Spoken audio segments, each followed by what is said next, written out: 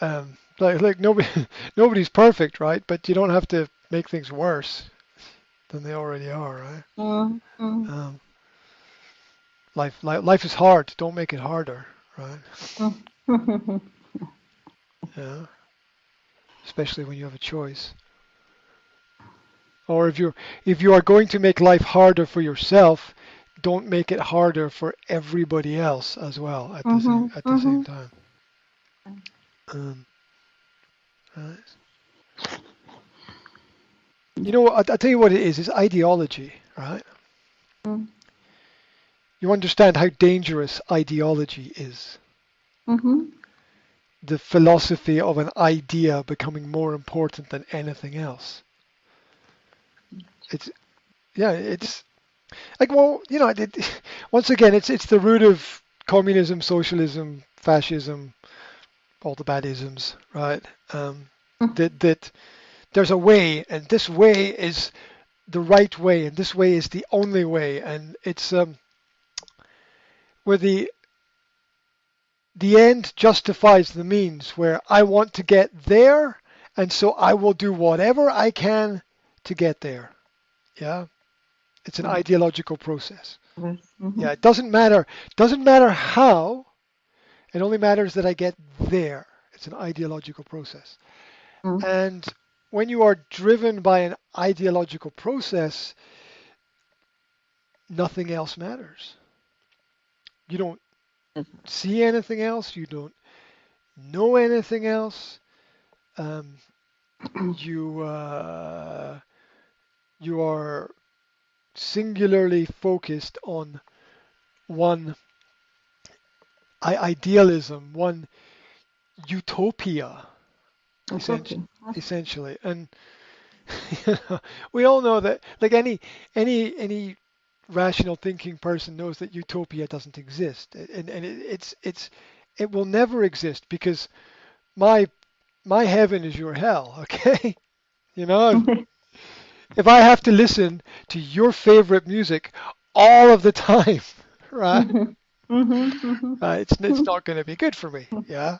Mm. Yeah. So you know this idea that we can have utopia, we can all live in paradise, if we just make if the right people just make the right sacrifices is Mm. is madness because it's it has never worked in history because there is naturally no equality. There's no two fish that are exactly the same. There's no two flowers that are exactly the same. There's no two trees that are exactly the same. There's no two islands that are exactly the same. There's no two volcanoes that are exactly the same. Mm. There's really only unique individualism, and when we try to standardize everything, it always fails um, at the end of the day. And so the ideological process can only be successful if you remove the individual, and that means destroying individual personalities. And so the individual personality must be crushed in order for the ideal to um, to happen. And this and people involved in this end up in a rather complex psychological process where they're never really happy because they're always so close to getting what they want, but they never really get what they want because what they want to achieve is actually impossible. And rather than enjoying the process, they make they always turn the process, ideologues always turn the process into a gulag, you know, a prison camp. Mhm. That's Mhm. ideology, right? Or my new iPhone is great. Yes, because it was made by prisoners in a factory in China, right? Mm. Mhm. And you don't because that's not your focus. Mhm. you live in this ideological paradise that technology is wonderful. But yeah, technology is so wonderful that it only functions because we have slaves over there that you don't hear about. Mhm. And the British Empire was wonderful, but it was founded on slavery, right? So That's that's not good. that's good. Yeah. Yeah. Um, and and so people driven by the ideological process never really they never really achieve happiness because they never really experience beauty. Because beauty is serendipity. And serendipity can't be planned. It can't be organized. The joyful moments in life are spontaneous. Mm. They're unexpected. It's what makes everything wonderful. Now, the way to understand this is very simply with a football game, right? Mm. You know that there will be a football game. You know that two teams will play, but you don't know exactly what will happen in the time frame of the game. You don't Mhm. know who will score and you don't know when they Mhm. will score. Mhm. And that is the happy accident of being in the right place at the right time for the right Mhm. thing to happen. And you can try to manipulate these things, but it will always be a manipulation at the end of the day. It'll never really work Yeah. because it will be forced and forces failure. And um, so ideologues never have happiness because they never have beauty. And Mm. look at look at communist architecture. It was Mhm. ugly, right? It wasn't beautiful. It was No. ugly. Oh, yeah. Mhm. Yeah. Um, and it was ugly because people didn't appreciate what was naturally beautiful. Mhm. They really didn't at all. And they tried to standardize and make everything they tried to standardize and make everything uniform Mhm. and Mm. thinking that if it's the same, there can be more control, and Mhm. if there's more control, then the people who know best will build everything. But it's always true down throughout history that the people who think they know best usually don't. Um, there's just trial and error and experience, and those people who have more experience tend to make better decisions based on their experience, and that's it really. Um, and anybody who has more experience is probably going to know more than somebody who has less experience. And so the application of this experience results in good decisions. And that's why a good CEO of a company is always looking to employ people who are smarter than him. And a bad CEO is always looking to employ people who are less smart. Mhm. Um, because in the long term, more smart employs more smart, and less Mhm. smart employs less Mm. smart. And you see it unfolding over time in companies that the risk of employing someone who is better than you is actually smaller because they will make better decisions than the risk of employing someone who's worse than you. Yeah. Because at the end of the day, you have to rely on the fact that other people are going to make these better decisions. And so the CEO has the responsibility, but what that really means is the responsibility to make sure that they're really not the smartest person in the room. Because if you're the smartest person in the room, you're in the wrong room. So there you go. Mm. Uh, in, in that respect, if if you are theoretically a doctor and you go to a conference and at that conference you're the smartest person, it's like you know what?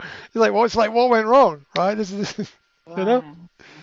you don't want to be the smartest person. You want to be there to Mhm. share your experience and to listen to other people's experiences and to grow as a result of those things happening. Mhm. Um, and in the mind of ideologies, which can be left wing or right wing, the super open is extremely problematic, as is the super closed. Sure. That's also Mhm. problematic. You don't want to.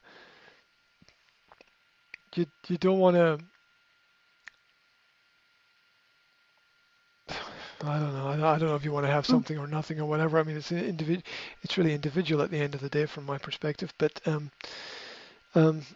so the ideology, people driven by ideology don't see anything as a mistake because everything is one step closer to the magical goal of getting what they want. But they never really get what they want because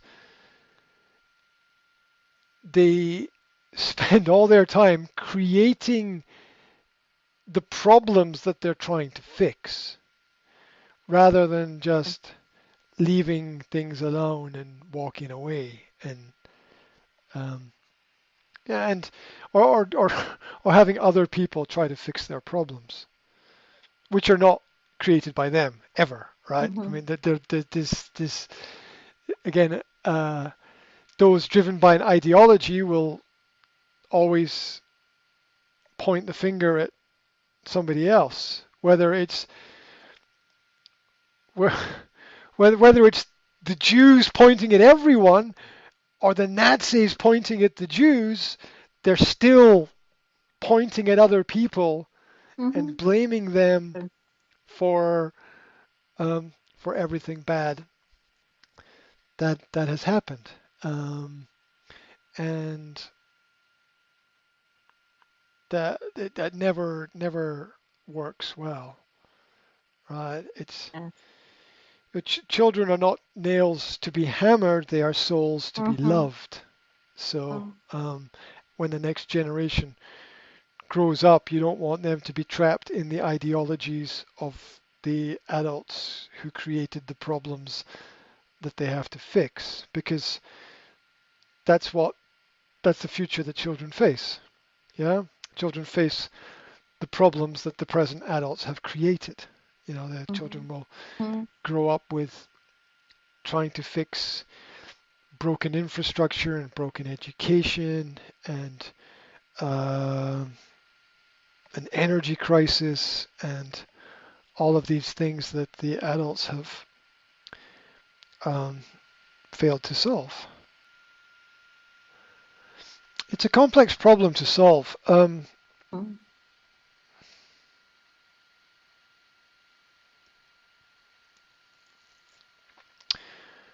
I had a short talk with my son Mhm.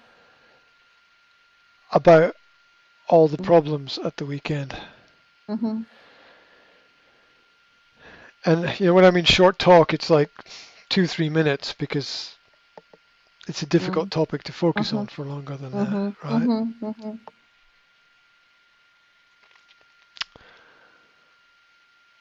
My son asked me, when will things be better? Mhm. And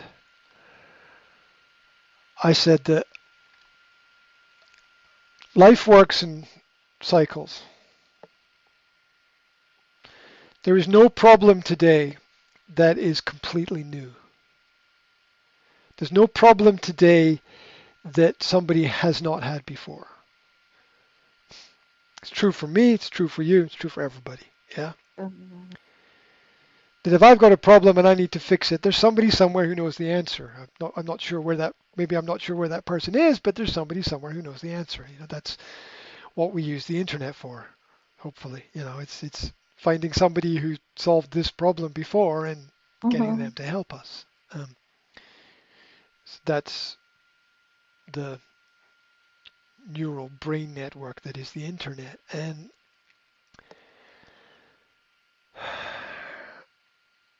And when you understand that there's nothing new,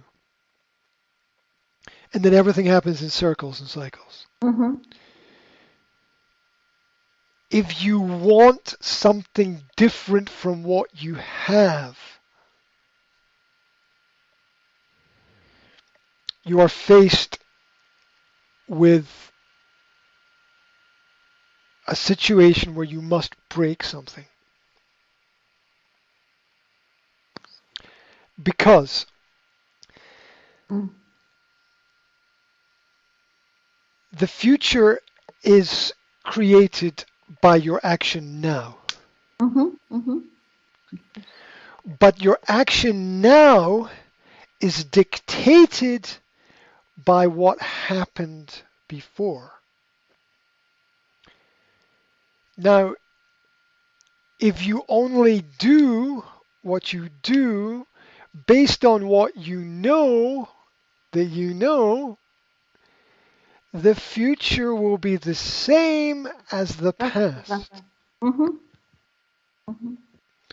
Now, it's perfectly logical to progress in that direction because there is continuity between the past, the present, and the Mhm. future. However, the future will always be the past until you break something. And when you break something, it will change. And there are very few examples in history Mhm. of successfully breaking the cycles of change. Mhm. Um, One example would be the American Declaration of Independence. Um, Another example would be the British Charters of Freedom. Another example would be the ministry of Jesus Christ. There are not many Mhm. examples in the last couple of thousand years Mhm. of of successfully changing a situation to create a new future that has not existed before. Mhm.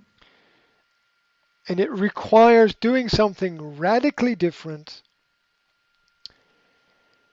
and it requires realizing that that's not going to be a popular decision. Mhm. And that's it. Mhm. And so the answer to the problem of when are things going to get better or when are things going to change is wrapped up in this idea of when are you going to change? When are you going to change your Mhm. direction? Mhm. And you can change at any moment, at any point in time, but to do that, you've got to go against yourself. You've got to go against everything you know. You've got to go against all history. When Christ stood up and created his ministry and gave his first sermons, he was going against all the teachings. See, all the teachings, a lot of the teachings of history. He was being selective about, he was replacing the rule of law with the rule of he was replacing the rule of law with the principle of sacrifice, and within that, love and understanding and Mhm. mercy and kindness and all the good things that are wrapped up there. Where he was replacing there should be one law for everybody with the individual matters, which Mhm. ended up changing the direction of Western history. But it cost him his life. Very quickly, it cost him his life. as with a lot of people who stand up against the system today, Mhm. there are people who are doing the right thing every day who die, but you never hear about them because they're not. Mhm. Nobody writes stories about them, and it's never in the newspapers or on TV Mhm. or whatever. Um, Mhm. it's what Christ warned against, the false idols. There are false idols everywhere. Yeah, people are following. There's, in Jesus' time there were hundreds of false idols and false gods. Now there are millions of false idols and false gods. Every TV personality, every pop star, every radio presenter, Mhm. every fashion designer, every person on the cover of a magazine or in a magazine, every YouTube channel, every website, every is potentially some kind of idol with an ideology that people can follow. Mhm. Absolutely. Mhm. Even the church doesn't know which way to look. I mean, the church now integrates all of these, a lot of these idols into its own ideology. Um, and so,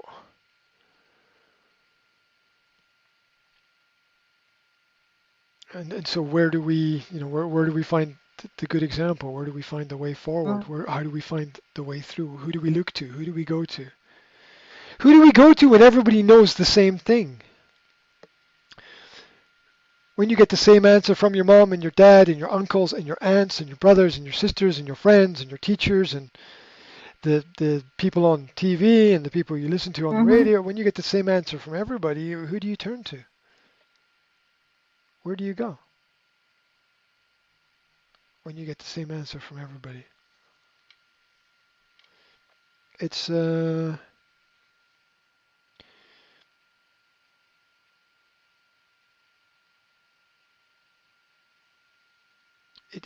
it's hard, and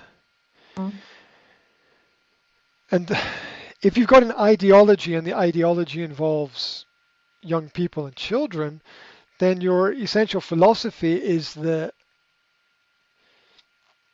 it usually works out that people see children as Mhm. horses to be broken.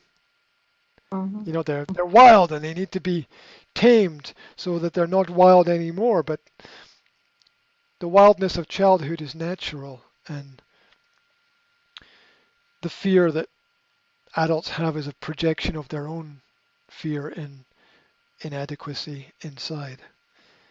And because the adult doesn't climb the tree, the adult tells the child to not climb the Mhm. tree. Sure. Mhm. But the child doesn't have a problem climbing the tree. In fact, the Mhm. child climbs the tree and falls out of the tree and is Mhm. usually okay. Mhm. Yeah, you got to be. I mean, there's limits on everything. You got to be careful, but it's adults who have the fears, not children, Mhm. um, and that's where the adults need to learn from the children that perhaps some things are not bad, not wrong, and they don't need to be corrected. They just need to be left because when you try to teach a flower how to grow, when you try to teach a tree how to grow, it doesn't work very well. When you try to command to the sea, when you try to tell the sea what to do, it doesn't work very well. History teaches us that.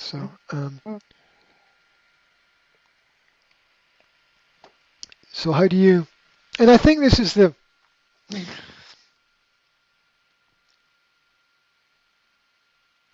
problem that great thinkers have had down throughout the centuries. How do you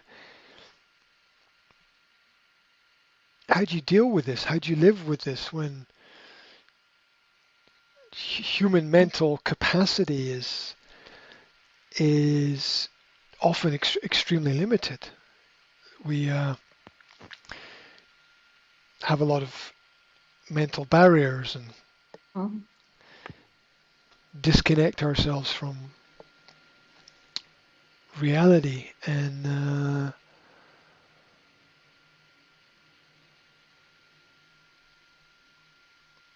so so that was the basis for my conversation with my son, which was a very short conversation, but a very Mhm. conversations with children. Mhm. They have to be they have to be short and to the point and as Mhm. deep as possible. Because if they don't get that experience now, they won't look for it later. Yeah, if you don't get depth when you're young, you won't appreciate depth when you're older. Mhm. So